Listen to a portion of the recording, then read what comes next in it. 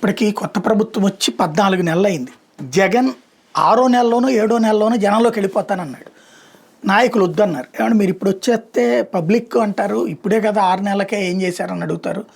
కాబట్టి దానికి తోడు ఇప్పటికే హెరాస్మెంట్స్ నడుస్తున్నాయి. మీకోసం మేము కార్యకర్తలను పోగేసుకురావాలి, ఆ కార్యకర్తలని రేపు పొద్దున వాళ్ళు వేధిస్తారు, ఇబ్బంది అయిపోతుందని చెప్పారు. దాంతో ఆగాడు Jagan. At the same time దాన్ని ఏమంటారు, పబ్లిక్లో ముందు కమిటీలు, బూత్ లెవెల్ కమిటీలు, మండల్ లెవెల్ కమిటీలు, గ్రామ లెవెల్ కమిటీలు, వార్డు లెవెల్ కమిటీలు, తర్వాత మండల్ లెవెల్ కమిటీలు, జిల్లా పరిషత్ స్థాయి కమిటీలు, ఇట్లా కమిటీలన్నీ వేసి జనాల్ని మొబలైజ్ చేసుకుని ఆ తర్వాత జనంలోకి వెళ్తే ఒక లింక్ ఇస్తే అన్నిట్లో ఫేస్బుక్లో లైవ్ రావాలి, ఒక లింక్ ఇస్తే అన్ని నెట్వర్క్ అందరి చేతుల్లో లైవ్లు రావాలి.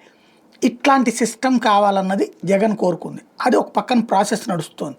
అయితే ఈలోపే తను సమరబేరీ కార్యక్రమం చేయబోతున్నాడు అన్నటువంటిది ఓ ప్రచారం జరుగుతుంది. అది ఎంతవరకు వాస్తవం చూడాల్సి ఉంది.